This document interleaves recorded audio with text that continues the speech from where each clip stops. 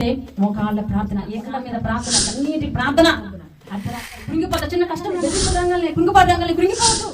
ఓర్పు కలిగి నీ ముందున్నా, ఒక పెద్ద యుద్ధమే నీ ముందున్నా, అనుకుంటున్నా మనం ఆగిపోకూడదు.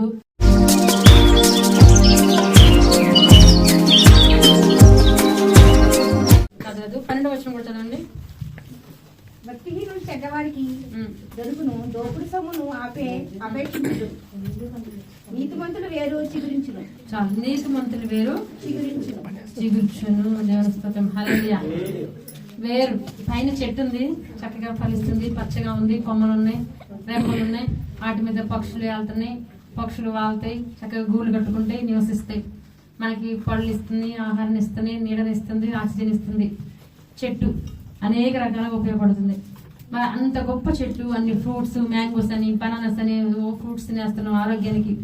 ఆ చెట్టు పైకి అంత గొప్పగా ఉండి అంత ఫలించడానికి, ఫ్రూట్స్ కాయటానికి గల కారణం ఏంటంటే వేరు. వేరు లేకపోతే చెట్టు ఉండిద్దా? ఉండదు. వేరు చనిపోతే చెట్టు చనిపోతుంది, వేరు కుళ్ళిపోతే చెట్టు కూడా చనిపోతుంది, వేరు ఎండిపోతే చెట్టు కూడా ఎండిపోతుంది. అంటే వేరు బాగుంటే చెట్టు బాగుంటుంది. సో మనము వేరు అంటే ఎవరు అంటే, వేరు అంటే ఎవరో కాదు, అది నువ్వే. అంటే నువ్వే అంటే యేసుక్రీస్తు అని అర్థం, నీలో ఉన్న దేవుడు అని అర్థం. మన వేరు ఎవరంటే యేసుక్రీస్తు. ఓకే, యేసుక్రీస్తు కనపడ్డు, కానీ మనం కనపడతాం. యేసుక్రీస్తు మన వెనకాల ఉండి మనల్ని నడిపిస్తూ ఉంటాడు, మన పునాది ఆయనే ఉన్నాడు. ఓకే, ఆయన మనలో ఉంటాడు, ఆయనకి ఎవరికి కనపడరు, ఆయన ఎవరికి కనపడ్డు, కానీ మనం అందరికీ కనపడతాం. మన ఆశీర్వాదం కనపడుతుంది, మన పంట కనపడుతుంది, మన నవ్వు కనపడుతుంది, మన ఫలాలు కనపడతాయి, మన దీవెన కనపడుతుంది. కానీ ఇవన్నీ ఇస్తున్న యేసుక్రీస్తు అనే వేరు మాత్రం ఎవరికి కనపడదు. ఈరోజు వేరు గురించి కొన్ని 4-5 పాయింట్స్ మనం చూస్తే, మొదటగా వేరు అంటే ఎవరో కాదు, యేసుక్రీస్తే. అదే వేరు మనలో లేకపోతే మనం ఫలించం, మన అభివృద్ధి చెందం, మనం దీవించబడం. మన చెట్టుకి ఫలాలు కాయవు, రెమ్మలు ఉండవు, కొమ్మలు ఉండవు, అది పచ్చగా ఉండదు, అది ఎండిపోయిన మొద్దులాగా ఉంటే అక్కడ దేనికి పనికి రాకపోతే ఆ చెట్టు ఉండదు, అది నరికివేయబడుతుంది. అవునా కదా? సో ఈ మనము పచ్చగా ఉండాలన్నా, మనం దీవించబడాలన్నా దానికి కారణమైన యేసుక్రీస్తు. కాబట్టి మన వేరు మంచిగా ఉండాలి, మన వేరు అభివృద్ధి చెందాలి. మన వేరు ఎంత బాగా విస్తరించబడితే మనం అంతగా దీవించబడతాం. మన పునాది ఎంత గట్టిగా ఉంటే ఒకే గాలికి, తుఫానికి, వర్షానికి కూడా ఆ చెట్టు పడిపోకుండా, చచ్చిపోకుండా బ్రతికి ఉంటుంది. దాని మీద రాళ్ళు ఇసినా, ముళ్ళకంచెలు వేసినా, ఎన్ని వేసినా వేరు బలంగా ఉంది కాబట్టి అది మాత్రం చనిపోయే అవకాశమే లేదు. సో మనలో వేరు చాలా దృఢంగా ఉండాలి, బలంగా ఉండాలి, వ్యాపించి ఉండాలి, విస్తరించి ఉండాలి. సో వేరు అనేది లేకపోతే మనము అది ఎండిపోయిన చెట్టులాగా మనము అయిపోతాం. సో మన వేరు క్రీస్తే కాబట్టి మనలో క్రీస్తు ఉండాలి, సజీవుడైన యేసు క్రీస్తు మనలో ఉండాలి. నీలో ఉన్న క్రీస్తు దృఢంగా ఉండాలి, వ్యాపించి ఉండాలి. ఆయన నీలో ఉన్నాడు అంటానికి గల కారణము, ఆయన నీతోనే ఉండడానికి కారణము, వేరులాగా నీతోనే అంటి పెట్టుకుని ఉండటానికి ఉన్నాడు అని చెప్పడానికి ఏమిటి అంటే రుజువు నీ యొక్క దీవెనే, నీ యొక్క ఆశీర్వాదమే, నీ యొక్క ఫలములే. ఓ ఈ బిడ్డ ఫలించబడుతుందంటే దానికి వేరు ఎవరు? యేసయ్యా అని తెలియబడేటట్టుగా ప్రజలు చూచి వీరు యెహోవా చేత దీవించబడిన ప్రజలు అనుకునేలాగా ఉండాలంటే దానికి కారణము యేసుక్రీస్తు అనే వేరు అని చెప్పి ప్రజలందరికీ తెలిసేలాగా మనము జీవించాలి. సో యేసుక్రీస్తే మనం వేరైనప్పుడు మనం ఎలా ఉండాలంటే గొప్పగా దీవించబడి ఉండాలి. ఈ సంవత్సరం 2026లో వేరు అనే యేసుక్రీస్తుని మనం కలిగి ఉండగా మనము ఆకు వాడక ఫలించు చెట్టు వలె పచ్చగా మనము ఉండాలి. మనము దీవించబడి ఉండాలి. ఆ చెట్టు ఎప్పుడు కూడా పండ్లతో ఉండాలి, ఆ చెట్లు ఎప్పుడు పువ్వులతో ఉండాలి, ఆ చెట్టును అందరూ ప్రేమించేటట్టుగా ఉండాలి. ఆ చెట్టు అనేకులకి ఉపాధిని ఇచ్చేలాగా, ఆహారాన్ని ఇచ్చేలాగా, నీడనిచ్చేలాగా, దీవెని ఇచ్చేలాగా, ఇంకా మొక్కల్ని ఇచ్చేలాగా, విత్తనాలు ఇచ్చేలాగా ఉండాలి. హల్లెలూయా. అంటే చెట్టు అంటే మనము ఓకే, మనం ఎలా ఉండాలి? ఈ సంవత్సరము గొప్పగా ఉండాలి, దీవించబడాలి, ఆశ్రదించబడాలి. అనేకులు కాదులే కానీ కనీసం మన కుటుంబానికి దీవెనకరంగా ఉండాలి, మన కుటుంబానికి ఒక ఉపాధి లాగా ఉండాలి, మన కుటుంబాన్ని అవసరాలు తీర్చే వరంగా ఉండాలి, మన కుటుంబంలో అప్పులు తీర్చేటట్టుగా మనం ఉండాలి, మన కుటుంబానికి ఒక మార్గాన్ని ఇచ్చినట్టుగా ఉండాలి, విత్తనాలు ఇచ్చినట్టుగా, సంతానానికి దీవెనకరంగా ఉండేటట్టుగా మనము ఉండాలి. హల్లెలూయా. ఆ పునాదిని యేసుక్రీస్తు నీలో ఉండాలి. ఈ సంవత్సరం ఇవన్నీ కూడా జరగాలి. కాబట్టి వేరు అనే క్రీస్తుని మనం కలిగి ఉందాము. రెండోదిగా వేరు బలపడటానికి, వేరు దీవించబడటానికి, మన పునాది గట్టిగా ఉండాలంటే, మన మంచి ఫలములు పండాలంటే యేసుక్రీస్తు మనలో ఉండాలి. ఓకే, యేసుక్రీస్తు ఉండటం వల్ల ఏం చేయాలి? మనం యేసయ్య మనలో ఉంటే మనం ఏం చేస్తాము? భయభక్తులు కలిగి ఉంటాం, మంచి మార్గంలో ఉంటాం, అవునా కదా? సో మనం ఎలా ఉండాలి? ఇది వేరు అన్నది కనపడుతుందా? మరుగైన జీవితం. రెండోది చూస్తే వేరు అన్నది వేరు కనపడదు, మనం కనపడదు, అది ఎవరికి కనపడదు, లోపల ఉంటుంది. సో అలాగే నీ ప్రార్థన ఎవరికి కనపడకూడదు, నువ్వు చేసే పరిచర్య ఎవరికి కనపడకూడదు. హల్లెలూయా. నువ్వు చేసే కన్నీరు ప్రార్థన, మోకాళ్ళ ప్రార్థన, నువ్వు చేసే నీతి కార్యాలు, ధర్మ కార్యాలు, పరిశుద్ధ కార్యాలు మరుగై ఉండాలి. తెలుస్తుంది. హల్లెలూయా. సో మరుగు వేరు ఎలా మరుగై ఉంటుందో, వేరు భూమి కింద ఉంటది, చెట్టు కొమ్మలు రెమ్మలు మాత్రము పైన ఉంటది. అలా మరుగైన జీవితము, రహస్య జీవితము, పాప జీవితము, చెడ్డ జీవితము, ఓకే, ఆ బలహీనతల జీవితము మరుగై ఉంటాయి మనకి. అది కాదు దేవుని విడిచిపెట్టేయాలి, అది ఒప్పుకోవాలి. ఏది మరుగై ఉండాలంటే దేవునితో ఉన్న సహవాసము, దేవునితో నీకు ఉన్న కన్నీరు కాచి చేసే ప్రార్థన, ఓకే, పరిచర్య. దేవుని హల్లెలూయా. ఇది ఏం చేయాలండి? మీకు ఆల్రెడీ పోయిన వారు చెప్పా, ఒక పేట తాడైతే ఓరకేట్ అయిపోతుంది, అదే 3 పేర్లు కలిపిన తాడైతే తెగదు. ఒక పేట నువ్వు అనుకున్నాం, ఇంకో పేట యేసుక్రీస్తు అనుకున్నాం, ఇంకొక ఎవరు అనుకున్నాం? దేవుని హల్లెలూయా. ఏం చేస్తా? నువ్వు చేసే కార్యాలు, అది పరిచర్య, అది కన్నీటి ప్రార్థన, ఓకే, అది మోకాళ్ళ ప్రార్థన, అది ఒక తపస్సు, ఉపవాసం, అది ఒక బైబిల్ రీడింగు, అది ఒక పరిశుద్ధతకరమైన సహవాసం, అది ఒక సమర్పణ, నువ్వు చేసుకున్న సమర్పణ. ఇవన్నీ కలిపితే ఆ తాడుని ఎవరు తెంపలేరండి. దేవుని హల్లెలూయా. అటువంటి పునాది, అటువంటి వేరు, అటువంటి మరుగైన జీవితము కావాలి. నేను ఉదాహరణ చెప్తాను. ఒక IAS ఆఫీసర్ ఉన్నారు, వస్తూ ఉంటది, వెళ్తా ఉంటది. ఎవరికి ఎక్కువగా పనులు చెప్తారంటే పాస్టర్ గారు కూడా, ఓకే, ఎవరు ఎక్కువగా ఇంట్రెస్ట్ చూపిస్తారు, ఎవరు ఆసక్తి చూపిస్తారు, ఓకే, ఆసక్తి చూపించే వాళ్ళు, ఇంట్రెస్ట్ చూపించే వాళ్ళు ఎక్కువ ఎవరంటే పేదవాళ్ళండి. ధనికులు, డబ్బున్న వాళ్ళు, గొప్పవాళ్ళు పరిచర్య చేయడానికి ఇష్టపడరు, లెవెల్ చూపిస్తారు, ఓకే, వాళ్ళ యొక్క గొప్పతనాన్ని చూపిస్తారు.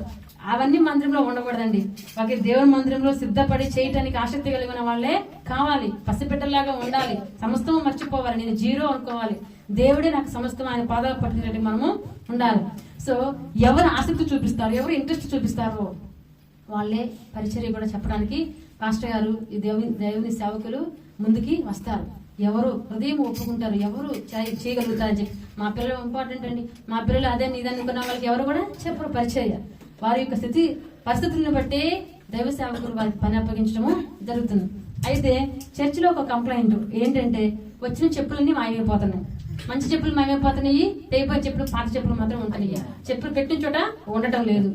ఓకే, ఎన్నిసార్లు ప్రకటనలో హెచ్చరించిన, ఇది దేవుని గుడి, దేవుని సంధికి వచ్చారు, వాక్యం వింటున్నారు, మళ్ళీ వేరే వాళ్ళు చెప్పులు వేసుకెళ్ళిపోతున్నారు, ఆయన మిస్ అయిపోతున్నాయి. అదొకటి రోజు కంప్లైంట్ అయిపోతుంది. ప్రకటనలో దైవ సేవకులు చెప్తున్నారు, ఆయన కూడా పట్టించుకోవటం లేదు. రెండోసారి ఏమైపోయిందంటే, పెట్టిన చోట చెప్పున్నట్లేదు, ఇంకో చోట ఎక్కడో తీసుకెళ్లి పెట్టేస్తున్నారు కనపడుకోకుండా.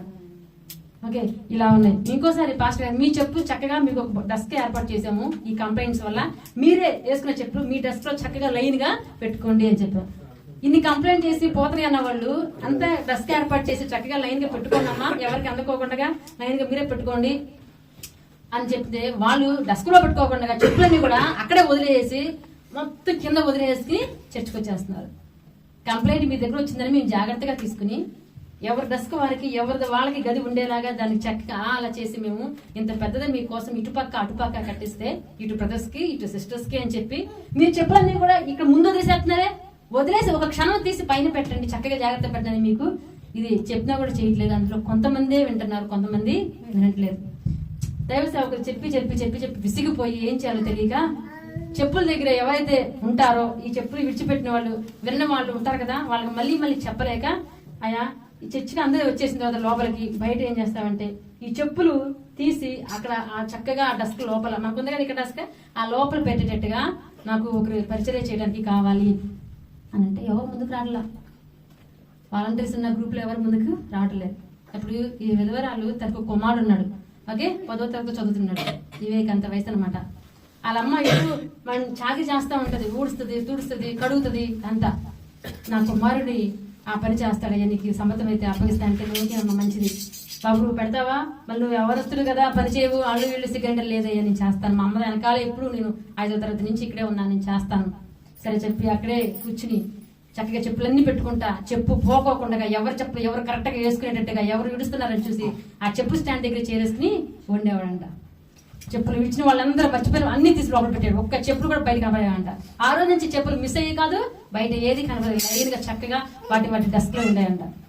అలా 10వ తరగతి అయిపోయింది, 11, 12 అన్ని చక్కగా తను చదువుకుంటూనే చర్చికి రాగానే అతను కూర్చునే సీటు, తను చేసే పని అది కన్ఫామ్ గా పర్ఫెక్ట్ గా అదే జరుగుతూ ఉంది. హల్లెలూయా. వాళ్ళ అమ్మగారు మా అబ్బాయి చెప్పులు పట్టుకుంటాడా, చెప్పులు పరిచయం చేస్తాడా, ఇంకేదైనా పని నాకు చెప్పండి అని అనలేదు. మహాభాగ్యం అనుకుంది. అది ప్రజల చెప్పులే అయి ఉండొచ్చు, అది దుమ్ము ధూళితో కొట్టిన చెప్పులే అయి ఉండొచ్చు. అది దేవుని సేవ, దేవుని మందిరానికి వస్తున్న భక్తుల యొక్క చెప్పులు అని చెప్పి ఎంతో మరి సమ్మతించింది. ఆ కుమారుడు కూడా ఎంతగానో చక్కగా పరిచయం చేస్తూ వచ్చాడు. 10th చక్కగా పాస్ అయ్యాడు, లడ్లు పంచింది, ఇంటర్ పాస్ అయ్యాడు. దేవుని పరిచర్య కారణం నా కుమారుడు ఎదగటానికి ఫ్రీ సీట్ వచ్చింది. మరి అది గొప్ప గొప్ప చదువు చదవడానికి వాళ్ళ దగ్గర డబ్బులు లేవు. చక్కగా మంచిగా ఫ్రీగా చదివించేటట్టుగా ఇంటర్ వాళ్ళు 1st ఇయర్ 2nd ఇయర్ చక్కగా చదువుతుంది. దానికి కారణం ఏంటి తెలుసా? ఈ బిడ్డ కష్టమైతే, రెండవది ఏమిటో తెలుసా? వాళ్ళ అమ్మ చేస్తున్న పరిచర్య, ప్రార్థన అయితే, మూడవది ఆ కుమారుడు కూడా చేస్తున్న పరిచర్య.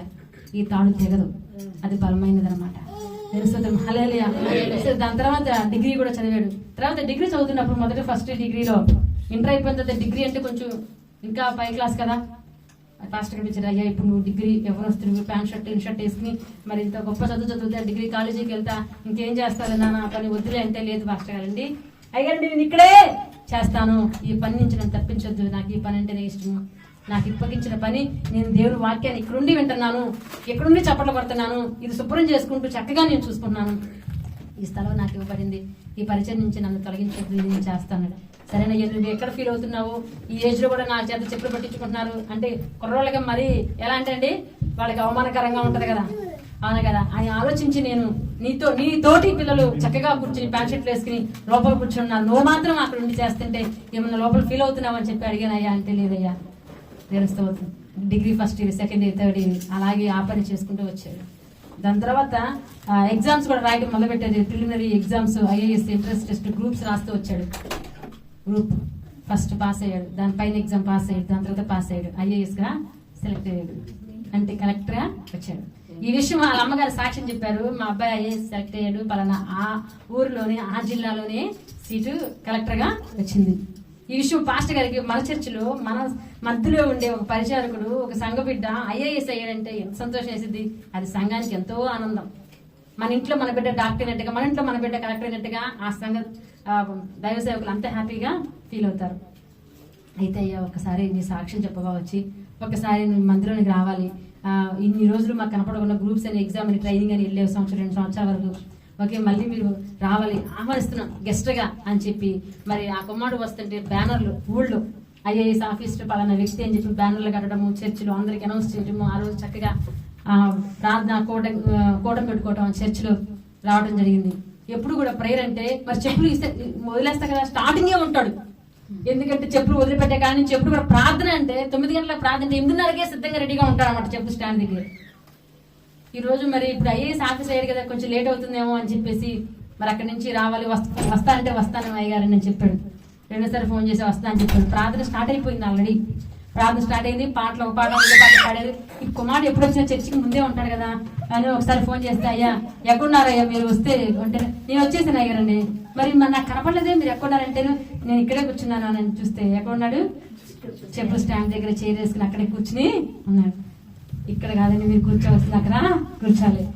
అయ్యారండి దయచేసి నన్ను మన్నించండి, నన్ను ఈ స్థానం నుంచి మీరు, ఇదే నన్ను ఎదిగింప చేసింది, ఇక్కడే నాకు ఆశీర్వాదం ఉంది, ఇదే నాకు దీవెన, ఇక్కడ నేను మాత్రం కూర్చోవద్దని చెప్పొద్దు, నేను ఐఏఎస్ అయ్యి ఉండొచ్చు, కలెక్టర్ అయ్యి ఉండొచ్చు, ఇంకెంతో గొప్ప స్థానం అయ్యి ఉండొచ్చు, కానీ నాకు ఇది దేవుని సన్నిధి, ఈ స్థానం నుంచి నేను ఇది నన్ను ఎంతో ఆశీర్వాదం నాకు వచ్చింది, దీనివల్ల ఇదే నాది, నేను ఇక్కడ ఒక నరమాత్రుని ఒక మనిషిని అంతే, స్టేటస్ చదువు ఇవన్నీ నేను అక్కడే వదిలేసి మందిరంలోనికి వచ్చాను అని చెప్పి అక్కడే ఉన్నాడు. సాక్ష్యం చెప్పడానికి మాత్రం వస్తాను, మళ్ళీ అక్కడే వెళ్ళి కూర్చుంటానని చెప్పాడు. జనస్తోత్రం హల్లెలూయా.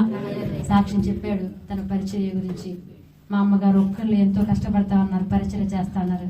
మా అమ్మగారు మరి అయ్యగారు నాకు ఇచ్చిన బాధ్యత నేను నెరవేరుతూ వచ్చాను. నేను చేస్తున్న పరిచర్య కాదు, నా తల్లి చేసిన ప్రార్థన, ఈ సంఘం చేసిన ప్రార్థన, దైవ సేవకులు నాకు ఇచ్చిన ఇంత మంచి ప్రార్థన పరిచర్యను బట్టి నేను ఇంత స్థానంలో ఉన్నాను అని చెప్పి గొప్ప సాక్ష్యము చెప్పారు. ఆ రోజు నుంచి ఎవరు చెప్పులు వాళ్ళు చక్కగా జాగ్రత్త పెట్టుకోవడం, వారి పనులు వాళ్ళు చేసుకోవడం, దేవుని పని చేయడానికి ముందుగా నిలబడ్డారు. ఒక ఐఏఎస్ ఆఫీసర్ కూడా దేవుని పని చేయడానికి ముందు ఉన్నాడు. విసగక చెప్పులు అటు ఇటు విసిరేసిన, పిల్లలు పెద్దలు ముసలోళ్ళు వదిలేసిన, చాలా జాగ్రత్తగా ఓర్పు కలిగి సహనం కలిగి దుమ్ము ధూళితో ఉన్న వాళ్ళ చెప్పులు పట్టుకుని ఎవరి వాళ్ళు జాగ్రత్తగా పెట్టాడు. దేవుని పని చేశాడు. కాళ్ళ చెప్పులు పట్టుకున్న వ్యక్తిని ఒక ఐఏఎస్ ఆఫీసర్గా దేవుడు చేశాడు. వేరు అది యేసయ్య అక్కడ ఉండగా వారు చేసిన మరుగైన జీవితము కంటి ఒక ఐఏఎస్ ఆఫీసర్ లాగా కనబడుతున్నాడు. కానీ తను చేసిన పరిచర్య, పడిన కష్టము, చదువు, దేవుని స్తోత్రం అది కనబడింది. దేవుని స్తోత్రం. హల్లెలూయా, హల్లెలూయా. మనకు మరుగైన జీవితం మనలో ఉండాలి. అదేమిటంటే మోకాళ్ళ ప్రార్థన, ఏకాంత ప్రార్థన, కొండ మీద ప్రార్థన, కన్నీటి ప్రార్థన, అర్ధరాత్రి ప్రార్థన, బాత్రూమ్ లో ప్రార్థన, ఏకంగా ఎవరు లేకుండా ఒంటరి ప్రార్థన, గొవ్వలాగా ఏడుస్తూ ఎలా అయితే నేను ఒంటరి వాడిని అయిపోయానని చెప్పి అలాగే మనం ఒంటరిగా ఉండి ఏడుస్తూ కన్నీటి ప్రార్థన మనము చేయాలి. నిజం చెప్పాలంటే ఈ దేశంలో మనము ఒంటరి వారమే. కుటుంబాన్ని వదిలించిన వారు, బిడ్డలను వదిలించిన వారు, ఊరిని వదిలించిన వారు, ఇంటిని వదిలించిన వారు, పొలాలను వదిలించిన వారు, పశువుల్ని వదిలించిన వారు, వాటి కాపుదల భద్రత కోసం ఒంటరిగా ఒక వేరులాగా నువ్వు వేరైతే వాళ్ళు చెట్టు అయి ఉంటారు. కాబట్టి ఈ వేరని మీరు చాలా దృఢంగా ఇక్కడ ఉండాలి. ఈ వేరుకి తోడుగా యేసుక్రీస్తు ఉండాలి. ఈ వేరుకు తోడుగా పరిచర్య, ప్రార్థన అనేది ఉండాలి. దేవుని స్తోత్రం. హల్లెలూయా, హల్లెలూయా. కాబట్టి వేరులాగా మరుగైన జీవితం కలిగి ఉందాం. వేరులాగా యేసుక్రీస్తునే మనం కలిగి ఉన్నాము. నెక్స్ట్ ఇంకోటి చూస్తే వేరు ఎలాంటి గుణం కలిగి ఉందంటే అది తీసుకునిద్ది మళ్ళీ ఇచ్చిద్ది. ఏం చేసిందంటే ఏం తీసుకుంటది? ఖనిజాలని, విటమిన్స్ ని ఎక్కడి నుంచి తీసుకునేది? టాబ్లెట్ లాగా తీసుకోదు, మట్టిలో నుంచి తీసుకునేది. మట్టిలో ఖనిజ లవణాలు ఉంటాయి, విటమిన్స్ ఉంటాయి. మట్టిలోని దానికి ఒక శక్తి పొందుకునేది మంచి సారవంతమైన నేల, మంచి నీటిని ఎతికిద్ది. ఎక్కడ నీరున్నా పీల్చేసింది. వేరు పాకుంటే వెళ్ళిపోయి. అంటే వేరు తను తీసుకున్న దాన్ని మళ్ళీ ఏం చేసింది? ఇచ్చిద్ది. ఎవరికి ఇచ్చింది? చెట్టుకి ఇచ్చింది. తన దగ్గర ఉంచుకోదు. వేరు బలపడిద్ది, ఆ బలాన్ని చెట్టుకి ఇచ్చింది. వేరు తీసుకున్న ఖనిజాలని మళ్ళీ చెట్టుకి ఇచ్చింది. మొక్కమ్మలకి, ఆకులకి, ఫ్రూట్స్ కి, పువ్వులకి అందజేసింది, సరఫరా చేసింది అనమాట ఖండం ద్వారా. ఓకే, దేవుని స్తోత్రం. హల్లెలూయా. అంటే మనం ఏం చేయాలి? మనం తీసుకున్న దాన్ని ఇవ్వాలి. నువ్వు సంపాదించిన దాన్ని ఏం చేయాలండి? దేవుడు నీకు ఇస్తున్నాడు కదా, డబ్బుని ఇస్తున్నాడా, పనినిచ్చాడా, ఉద్యోగం ఇచ్చాడా, నువ్వేం చేయాలి? నీ బిడ్డలకి ఇవ్వాలి, నీ కుటుంబానికి ఇవ్వాలి. కానీ ఇవ్వట్లేదు కదా, మీరు ఇస్తున్నారా? ఇవ్వట్లేదు. ఎక్కడ ఇస్తున్నారండి మీరు? మీకు ఇక్కడే సరిపోతుంది మీ సంపద అంతా. ఇక్కడే ఆటలకి, పాటలకి, మీ అలవాట్లకి, మీ డ్రెస్సులకి, మీ మేకప్లకి, మీ అప్పులకి. అప్పు చేసి వచ్చారంటే ఒక అందం, ఇక్కడే అప్పులు అయిపోయారంటే హల్లెలూయా. ఇక్కడ ఎందుకు అప్పులు అయిపోతారండి? ఇక్కడ అప్పులు అయిపోవాల్సిన అవసరం ఏంటి? వెళ్ళిపోండి ఇంకా.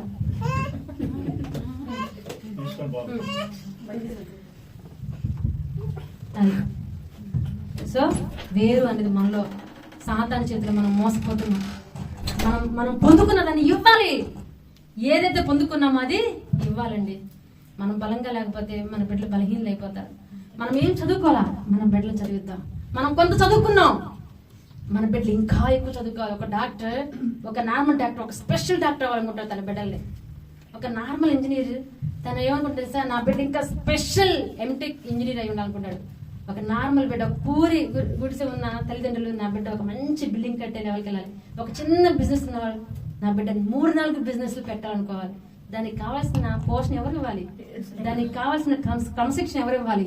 వేరు అనే నీవు, చెట్టు అనే కొమ్మలకి నువ్వు అందచేయాలి. దేవుని స్తోత్రం. హల్లెలూయా.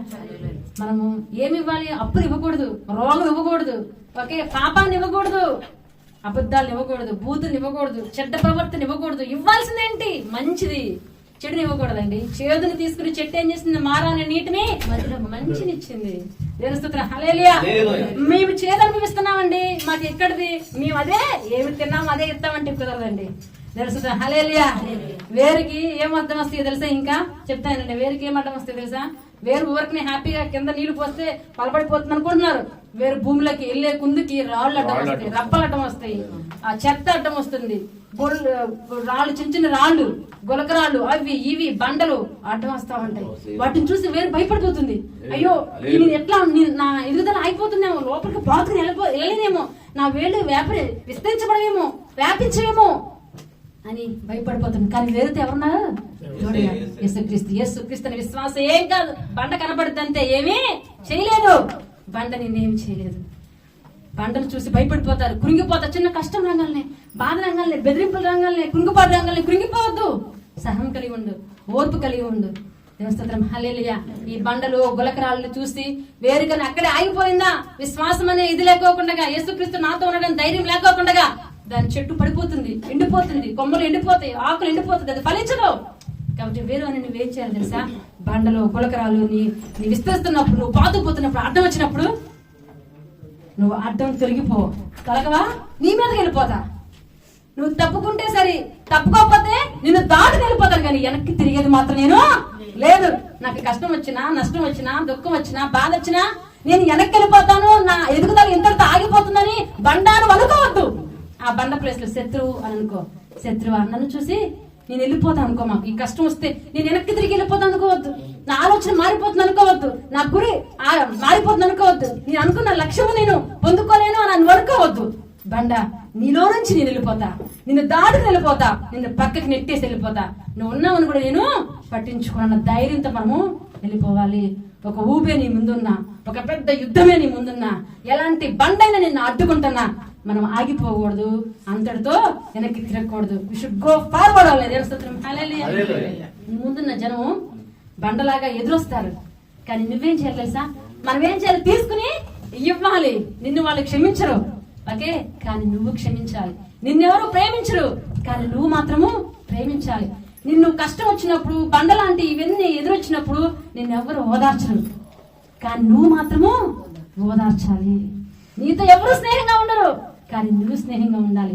నీ చుట్టుపక్కల ఉండే ఈ గులకరాళ్ళు, ఈ ముళ్ళు, ఇవన్నీ కొమ్మలు, ఇవన్నీ ఏం చేస్తే రకరకాల బ్యాడ్ వర్డ్స్, బూతులు, అబద్ధాలు, అంత కరప్షన్ అయిపోయింది ఈ సమాజం పక్కనంతా. కానీ నువ్వు మాత్రము మంచిదే ఇవ్వాలి. నువ్వు చెడు సమాజంలో ఉన్నా, చెడ్డ పరిస్థితుల్లో ఉన్నా, నువ్వు చేతినే అనుభవిస్తున్నా, నువ్వు మాత్రం తీపినే ఇవ్వాలి. దేవుని స్తోత్రం హల్లెలూయా. వాళ్ళు క్షమించకపోయినా నువ్వు క్షమించాలి. వాళ్ళు నీకు సపోర్ట్ చేయకపోయినా నువ్వు మాత్రం సపోర్ట్ చేయాలి. నేనున్నాను, నీకెందుకు ధైర్యం అని నీకెవరు, కానీ యూ షుడ్. నేను నీకు తోడుగా ఉన్నాను. ఎవరికి? నీ కుటుంబానికి, నీ బిడ్డలకి, నీ సమాజానికి, ఎవరితో సరే. నిన్ను తిట్టిన వారిని, నీకు ఎదురొస్తున్న వారిని నువ్వు మాత్రం తిరిగి తిట్టడానికి వీలు లేనే లేదు. నేను నీకున్నాను తోడుగా, ధైర్యంగా అని నిలబడాలండి. అది వేరు అని యేసుక్రీస్తు కలిగిన వారు ఉన్న లక్షణం. బండలు ఎదురొచ్చినాయి అవునా కదా, అయినా కూడా మీరు భయపడకూడదు, ధైర్యం కలిగి ఉండాలి. ఈరోజు ఒక క్రైస్తవుడు ఎలా ఉండాలంటే, నువ్వు తీసుకున్నది ఇవ్వాలి. నేను చేదే తీసుకున్నాను, నేను అంత నష్టం అనిపించాలి నా బిడ్డలే కాదు. నువ్వు చేదును తీసుకో, కానీ తీపినే ఇవ్వాలి. నువ్వు కష్టం అనుభవించి నువ్వు తీపినే ఇవ్వాలి. నిన్ను కొట్టారు, నిన్ను తిట్టారు, నువ్వు మాత్రం తిట్టకూడదు, కొట్టకూడదు. సంతోషాన్ని ఇవ్వాలి, ఆనందాన్ని ఇవ్వాలి, మంచి మంచి స్వీట్స్, ఫ్రూట్స్ ఇవ్వాలి. హల్లెలూయా. వ్యతిరేకతలు వచ్చినాయి, కానీ నువ్వెవరికి అడ్డంగా ఉండకూడదు, నువ్వెవరు వ్యతిరేకంగా మాట్లాడకూడదు. అది వేరు అలాగే ఉండాలి. దేవుని హల్లెలూయా. నువ్వు బాగుంటేనే, నువ్వు ఎంత కష్టం అనుభవించు, లోపలికి వెళ్తానికి ఎంతైనా అనుభవించు, బట్ నీ చెట్టు మాత్రము, నీ ఫలం మాత్రం నువ్వు గొప్పగా ఉండాలి, అత్యధికముగా ఉండాలి. అంటే నువ్వు చేయాల్సింది వేరులాగా ముందుకు సాగిపోవాలి. దేవుని స్తోత్రం హల్లెలూయా. నేను కావాలనే నీ ఎదుగుదల, నువ్వు పాతకు వెళ్ళిపోతున్నప్పుడు, నువ్వు దూసుకు వెళ్ళిపోతున్నప్పుడు, నువ్వు ముందుకు వెళ్ళిపోతున్నప్పుడు కావాలనే బండలు అడ్డం వస్తాయి. ఇంకా ముందుకి అదే వేగంతో వెళ్ళిపోవాలి, కానీ ఆగిపోకూడదు. నువ్వు ఆగిపోతే అక్కడ ఎదుగుదల ఆగిపోతుంది, పచ్చదనం పోతుంది, ఓకే, ఎండిపోతుంది, ఫ్రూట్స్ ఉండవు. కాబట్టి నువ్వు వేరు అని నువ్వు చాలా స్ట్రాంగ్ గా ఉండాలి. దేని చూసి ఓడిపోకూడదు. ఏ అనారోగ్యం చూసి, ఏ దయ్యాలను చూసి, ఏ చేతపడి శక్తిని చూసి, ఏ బలహీనమైన చూసి, నేను పడేసే వాటిని చూసి, no, don't stop and don't go back, go forward only. దేవుని స్తోత్రం హల్లెలూయా, హల్లెలూయా. అంతేకాదు అప్పుడేమవుతుంది, నీ వేరు స్థిరంగా ఉండాలి. ఏం చేయాలండి? నీ వేరు పచ్చగా చిగుర్చి ఉండాలి. దేవుని స్తోత్రం హల్లెలూయా, హల్లెలూయా. ఇంకా చూస్తే మనం వేరు గురించి హెచ్కేల్ గ్రంథం 37:4-9 నీళ్లుండుట వలన అది మిక్కిలి గొప్పదాయను, లోతైన నది ఆధారమైనందున అది మిక్కిలి ఎత్తుగా పెరిగను. అది ఉండి చోటు. ఒక వేరు ఎదగాలంటే గొప్పగా ఏం ఉండాలి? నీరు ఉండాలి, అవునా కదా? నీరు ఎంత ఎక్కువగా ఉంటే అది అంత గొప్పగా ఆశ్రయించబడుతుంది, అది మిక్కిలి విస్తరించబడుతుంది. ఎంత పెద్ద చెట్టు అయిపోతుందో దాని కొమ్మలు రమ్యంగా ఆకాశాన్ని తాగుతున్నాయి అంట. అన్ని చెట్లు ఉంటాయి, ఈ చెట్టు ఇంకా గొప్పగా ఉంది, ఇంకా గుబురుగా ఉంది, ఇంకా చెట్లన్నిటికన్నా పెద్దగా ఉంది, విస్తరించబడి ఉంది. దాని రెమ్మలో కొమ్మలు ఆకాశాన్ని తాగుతున్నాయి అంటే చూడండి ఎంత గొప్పలో అత్యధికము. హల్లెలూయా. గొప్ప చెట్టే, కానీ అత్యధికమైన కొమ్మలు, అత్యధికమైన ఆశీర్వాదం, అత్యధికమైన ఆకులు, గుబురు, పెద్ద చెట్టు. ఆ చెట్టుకి అత్యధికమైన కొమ్మలు తెలుసు హల్లెలూయా. అంత ఆకాశాన్ని తాగుతుందంటండి. ఎందుకో తెలుసా కారణం? పారుతున్న నీరు, పారుతున్నారు కంటిన్యూస్ గా నీరు వెళ్తూనే ఉంది ఆ వేళ్ళకి. అబ్బా వేరు అక్కడ ఉంటే పోషణ అంతా అక్కడికి వచ్చేస్తుంది, నీళ్ళు వచ్చేస్తాయి. ఆ వేరు బలమైపోయినాయి అనమాట, బలంగా లోపలికి పాదు.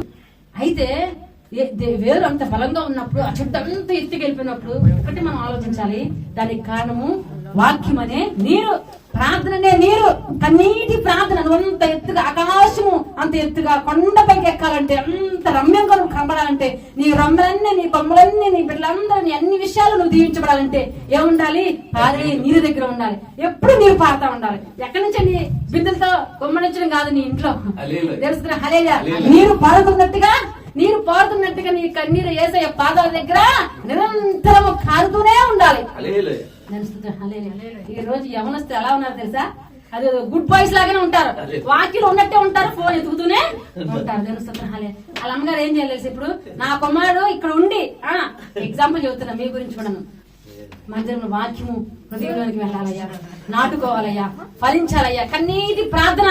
ఇక్కడున్న కుమారుడే మనం ఇలా చూస్తే, మనం చూడని బిడ్డలు ఎక్కడున్నారు ఈరోజు? ఆ దేశంలో ఉన్నారు, మనం ఇక్కడ ఉన్నాం. ఎంత కన్నీటి ప్రార్థన చేయాలి? నీ కొమ్మలు అంత విస్తారంగా, అసలు అది అధ్యయం చదవండి. దేవదారు వృక్షములు దాటిపోయింది, ఇది అంత ఎత్తుగా ఉంది, రమ్యమైన చెట్టుగా అయిపోయింది. ఎవరు ఎక్కడ చూడనంత చెట్ట, ఇంత అందంగా ఏదో తోటలో కూడా ఎటువంటి చెట్లు ఉండవు అని చెప్పి అధ్యాయం తెలియజేస్తుందండి.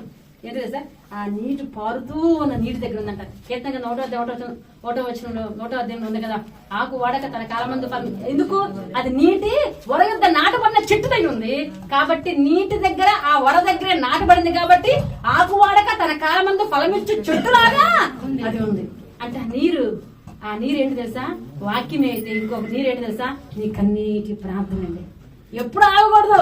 దుఃఖం వచ్చినప్పుడే మనకు కన్నీరు వస్తుంది, బాధ వచ్చినప్పుడు, ఒక బండ మనకు ఎదురొచ్చినప్పుడే వస్తుంది కన్నీరు. అయ్యో ఈ బండ ఎట్టెక్కాలి, ఎట్ట దిగాలి, ఈ కష్టం ఎలా పోవాలి, ఏంటి ఎలా దాటుకెళ్ళాలి, వెనకేనా ఇంతేనా అయిపోవడమేనా నా జీవితము?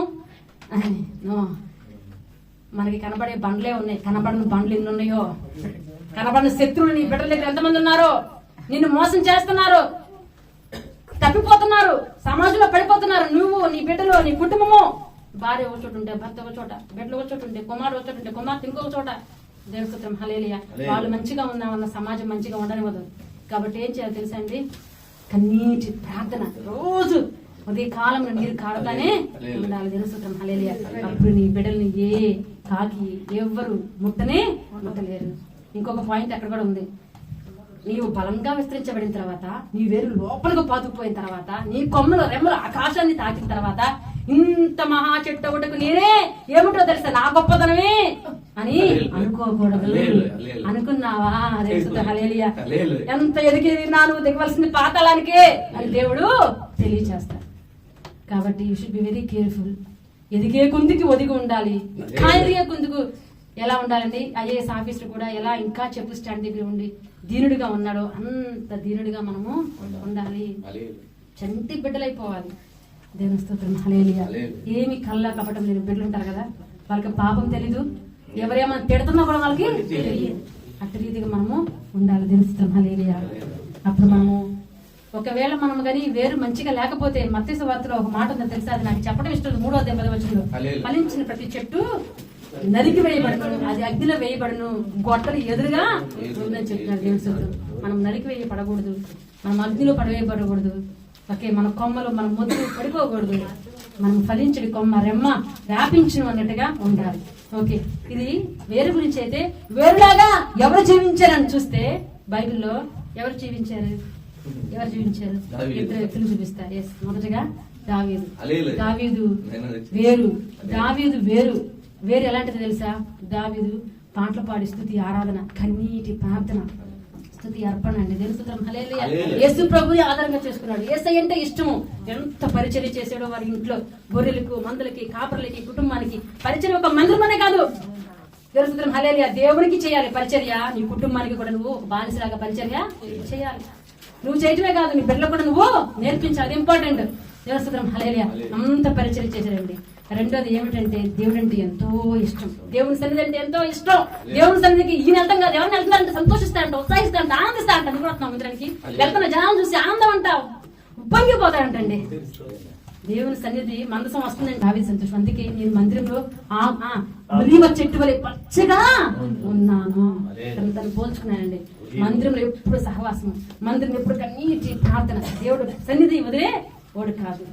అందుకే తన సింహాసనాన్ని కదలిపోయాడు, ఒక రాజు అయిపోయి ఉన్నాడు. ఎన్ని బండలు వచ్చినాయో అడ్డు, అవునా కదా? దావీదుకి బండలాంటి రాజులు, మామ సౌలు చంపాలని సైన్యము తిరిగి, అయినప్పటికీ ఏ బండని అన్నిటిని దాటుకుని వెళ్ళిపోయాడు. వెనక్కి తిరిగింది కాదు, ఆశీర్వాదంలోనికే వెళ్ళాడు.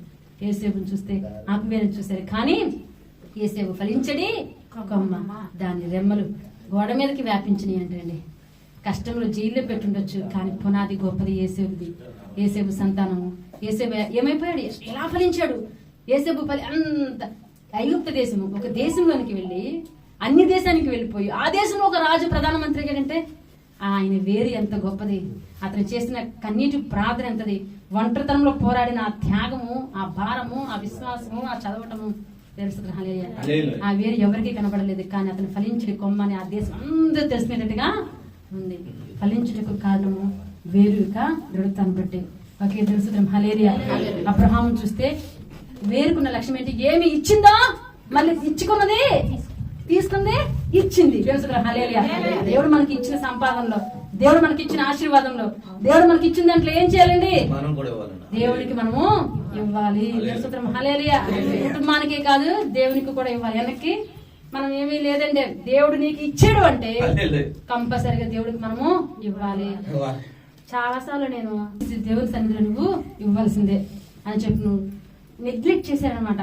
కొన్ని లక్షలు వర్క్నే ఎవరో తీసుకెళ్ళిపోతారు, కొన్ని లక్షలు ఎవరో మోసం చేసేస్తారు.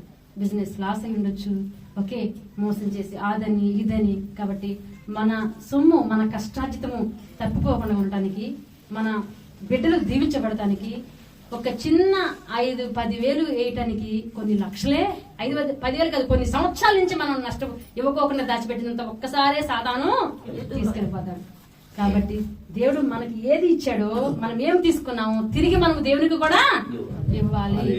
ఇచ్చే గుణం మనం ఎప్పుడు కలిగి ఉండాలి. నీ గిన్నె నిండి పొర్లిపోతున్నప్పుడు నువ్వు దేవునికి ఇవ్వాలి, నీ కుటుంబానికి ఇవ్వాలి, నీ బిడ్డలకు ఇవ్వాలి. అంతేగాని సముద్రంలో పడేస్తే ఉపయోగం ఉందా?